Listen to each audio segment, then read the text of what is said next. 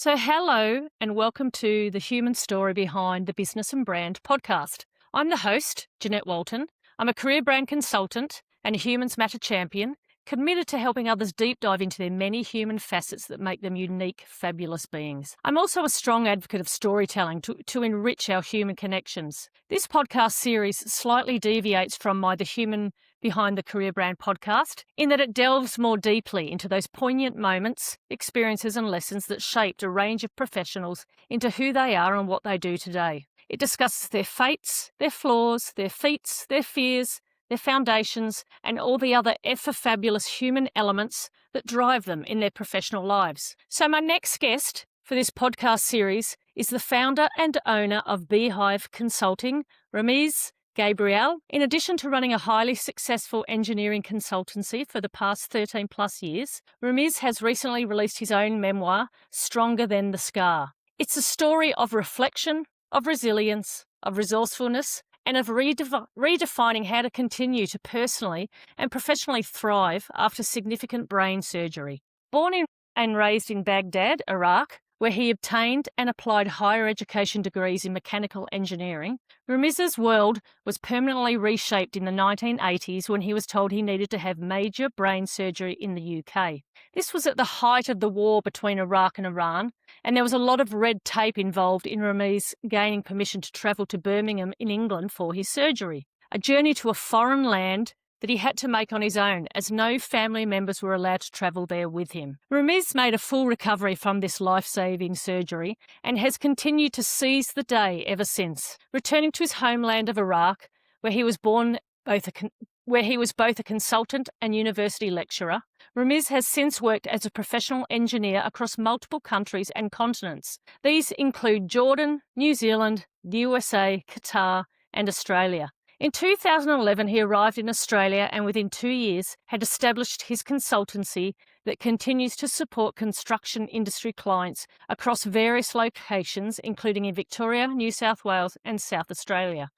Ramiz had few contacts when he settled in Melbourne and started up his business, which is further testament to his persistence and perseverance in transforming challenges into opportunities. So welcome, Ramiz. What an absolute pleasure it is to have you on the podcast. Pleasure to be here, right, Jeanette? Wonderful. So let's get stuck into your life story. So firstly, what a fascinating life story you have, as not only as a professional globetrotter, but as someone who overcame a no doubt terrifying and life-changing surgery. What mostly inspired you to write Stronger Than the Scar? Well, it's a long story. It's my life story, but basically, and for about 38 years since the operation, I've never met one person who've had the same surgery. And then suddenly, I met about 24 of them, and they felt like a tribe. 15 minutes, we are chatting, talking, and it just ignited. And they asked me to write an article for a newsletter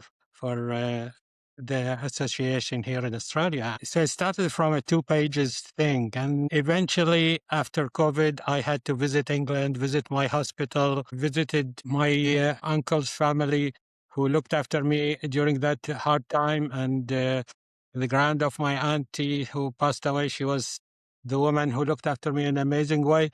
And one thing led to the other that I decided to write this as a life experience for me and for my grandchildren, my children. Also hoping that somebody will find something beneficial in it. If one person found the extra strength needed, I think the story would have made it worth. Yeah, absolutely. And yeah, what an inspiration having been through something so significant, that brain surgery. And look what you've done since then. Yeah. Amazing, professionally and personally. So yes, I appreciate you sharing your story with the world. I think that's wonderful. And did you say when you returned to England after COVID to the hospital, do you still get checkups over there, or is that more just going to stay in touch? When I went to England, I wanted to visit specific places. The house I stayed in, the hospital I went to, just like, and it was a very therapeutical visit. I met with my cousins and their children. It was, I don't know how to explain, but it was so nourishing to me. although it involved hard memories, but it was so good that ignited a lot of good things inside me. And I Uh, suppose, yeah, for to a your degree writing your that, book. yeah, to a degree that I repeated it the year after. Wow. Yeah, wow, okay. Yeah, cathartic experience, yeah? Uh-huh. Yeah. Yeah, okay. And if we go back in time, when you were told you had to have brain surgery in England, can you share how you initially felt and reacted to that news? Well, I was too young, and that was the era before Google and before internet and before all these things. So you don't have a search engine to run to. You just Yeah. assume and predict, and it's frustration. However, with the situation the country was at, very quickly I stopped thinking about the surgery, not because I didn't worry, but because I had to fight the system to be able to go out, to leave the country for surgery. So Yes. it's sort of like it's a pressure cooker. You put the pressure inside and you don't worry about it. It was very hard because at night you think of it. During the day you're too busy chasing the system. So Yeah. it was hard both ways.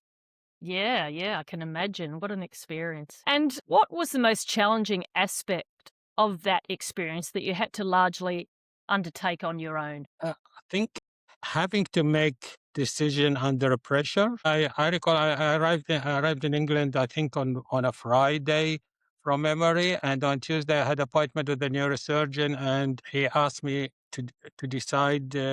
He said you can decide when to have the surgery, and I just had to pause. And he said you can think about it and come back. But then I said, when can you do it? And he said, next Wednesday. I said, yes, I'm ready. Okay. Yep. It was very hard, as simple as it looked very short, but it was very hard. But I realized that if something need to be done, it had to be done. Yeah, yeah. I suppose happening quickly too, didn't get to think about it for too long. Just had to happen Yeah. quickly, yeah? Yeah, yeah. And in what way or ways do you think this surgery changed you, whether that's personally or professionally?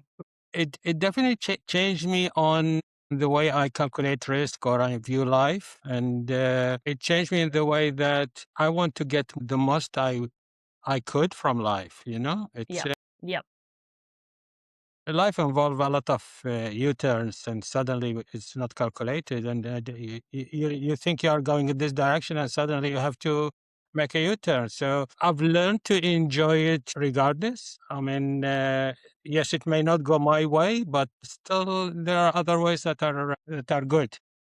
Yes. Yes, I can imagine, yeah, when like you say, you had this your life path planned, your career path, and then bang, Yeah. this But also, you become when you survive these things, you become more persistent on chasing things. I don't personally, I don't give up easily on anything, yes. which is mostly good, but sometimes not so good. I guess it gives you that seize the day mentality too, yeah, after going through a life-threatening surgery like that, yeah, where just make the most of every day and keep going and trying things and what's the Yeah. worst that can happen, yeah? Gives you that different perspective, I would imagine. Were there any specific challenges you had to overcome to enable you to continue to perform at a high level in your career? Physically, no. After the recovery, I would say no. It was all good, thanks God. I mean, no, it wasn't anything that limited me of performing my engineering. There was things that I had to learn how to navigate my way through people. Not everyone accepts you the way you would think, but then you have to be determined to see yourself the way you see yourself rather than the way others sees you, if you Yes. know what I mean. Yep. And yeah, that I think it worked well. The fact that I managed to do a few things in different places. Yeah, well done. Yeah, absolutely. I mean, you've just excelled from there. So, you've worked in multiple countries over the years as an engineering consultant. Anything you want to share about how you've ensured that you've effectively navigated the differing cultures and contexts and assimilated into them? Any insights you want to share about how you've managed to work so well across so many different cultures and countries? During the is a lot of, as many people know, a lot of Iraqi professionals left the country, and primarily a lot of them worked in Jordan and then migrated either to Canada, England, New Zealand, Australia. I landed in New Zealand. It was very, very new culture to me. I mean, from every aspect, it's beautiful. You have to learn how learning the social life is one thing. Entering the professional life is another, even Yes. another level. Finding how to make yourself acceptable in a situation where you don't have the local experience, and people may or may not trust your background, not for any bad reason, but for just not knowing what you have done in the past. Yeah, It- yeah, yeah. So it's it's a building those connections, isn't it? Yeah, Yeah, in a different it's country.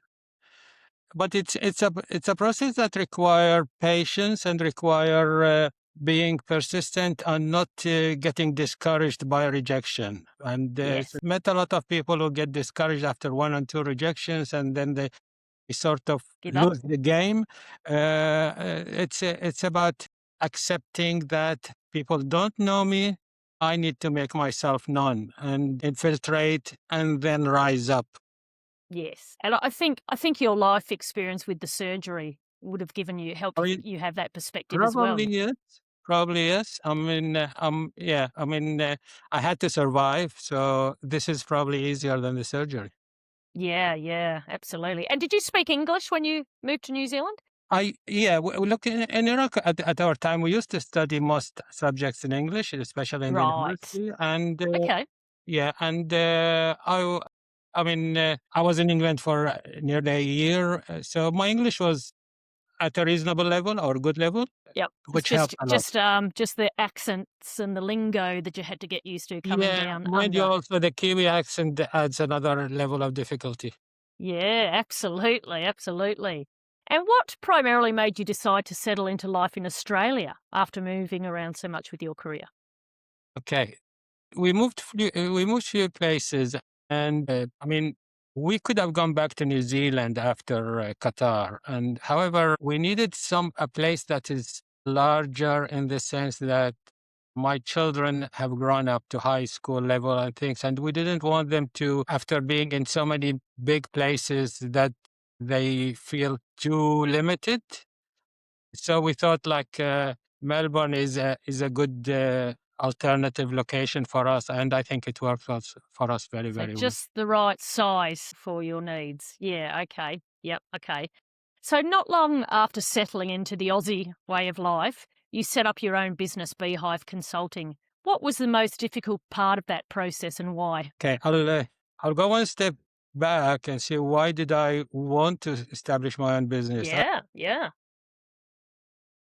I started employment for a limited period, and came from a bigger scale economy or projects, and suddenly the scale is different, the style of management is different and things, and I felt, I don't want to say not happy, but I felt a bit frustrated, if you like. And in general in life, whenever I am stressed or frustrated, I start thinking of what need to change. Instead of being more agitated, I just ask myself what should change. And that's when I started focusing. I thought, look, I'm not going to give this another try somewhere else, but I'm going to establish my own and try this. So, which was another challenge by itself, but yeah, I think it worked, and I think it's one of the best decisions I've made for my And career. how did you go with making the relevant connections in Australia? Yeah, that was another challenge. It was still the no, that was like 2013, and it was still the telephone was still a tool that we use a lot, and I was pretty much trying to speak to people as much as I could. And it was probably the first 6 months. My revenue. I was working from home, and my revenue was next to nothing. But I started with a few contacts. The one thing I have to say I like about the Australian work environment is people, when if they are convinced a bit when you talk to them, they are happy to give you a try, Yes. which is Yes. not the case everywhere. Yep. And then it's for the person to prove that he is good enough to stay there. Yes. So it's again, it's persistent, and you have to convince somebody to give you that try. Which luckily in Melbourne it worked. Yes. I'm sure it worked from experience. And once it worked first time, it becomes my duty to maintain that relationship and make it. The client, what the client want is their job done well and on time, and that's on budget. Yep. Yep. I've had a few guests on this podcast series who have emigrated from elsewhere to Australia, and I have to say that's come through quite a lot about how we're pretty fair in Australia, giving everyone a go, which is really nice to hear. Yeah. Yeah, I love that. So, what has been the most enjoyable aspect of integrating into the Australian work environment? I think the community I learned to work with, or I work with, and in my office specifically, I've been lucky enough that we have nice people, that we have like a small social social environment. And we always, because being close to Monash University, we always have one or two students that we train them. That's another passion I have. And they always bring like some sort of a young life into the thing. It's all make me like heading to the office in the morning, like energized. And it's sort of about you then giving people a go. You felt that when you came to Australia, people were willing to give you a go, and now you paying that forward, yeah, and you're giving people a go Yeah, by the I sounds of think, it. I mean, it's one thing about doing business. You need angels around you. You need Yes, angels that open doors for you. yes, It's very easy to attract angels if you become one. yep, So yes, if you become one so true. angel, yeah. And so what does that mean? Help as much as you can before you start receiving, and it will come. Yes, yes, so true. And is there anything else you'd like to share about how you've continued to thrive both personally and professionally after your major brain surgery in 1987? Well, it's reshaping life is something could happen to anyone, not necessarily through surgery, through life circumstances or anything. Any one of us will have to be ready. And the key thing is to try to be as calm as they could, as patient as they could, as persistent as they could, and then start putting the puzzle the new way it is, and it will look nice again. Yes. Yes. Love that. Yeah. So be willing to reshape as you need to and pivot as you need to. I mean, we And all, one way or another, we will need to reshape life, in whether it's in a social level, on a life level, on a family level. Things happen in life. I mean, it's not unpredictable. so Being true. being able to reshape it to think it's a gift, and which makes life continues nice. Yeah. I love that. Life is certainly a gift. And yeah, so being prepared to pivot and make change as life throws new things at you. Yeah. And to see everything in a positive way like you have. Very inspirational, Ramiz. Thank you. Yeah. Yeah. Is there anything you'd like to add with respect to where people can get a copy of your book, where it'll be available, any promotions you're doing in person or? I'm going to share with you. I have the author copy, which is ready and ready to go. It will be available on Amazon or through my website, ramizgabrial.com. I think it will be available from the 21st of April. I hope somebody will read it and find benefit on it, on encouragement on it. That's the main thing. And Absolutely. I'm sure people will. I'm myself going to keep few copies for my granddaughters who are still very young. That's a lovely, lovely idea. Uh, will be Yeah, something. lovely. Yeah. Yeah, well, thank you so much for sharing your story with us, Ramiz, and for being so open about your experience, particularly with respect to the brain surgery, yeah? You really are an inspiration, and I really appreciate your time. Thank you so much. Thank you. Thank you, Jen.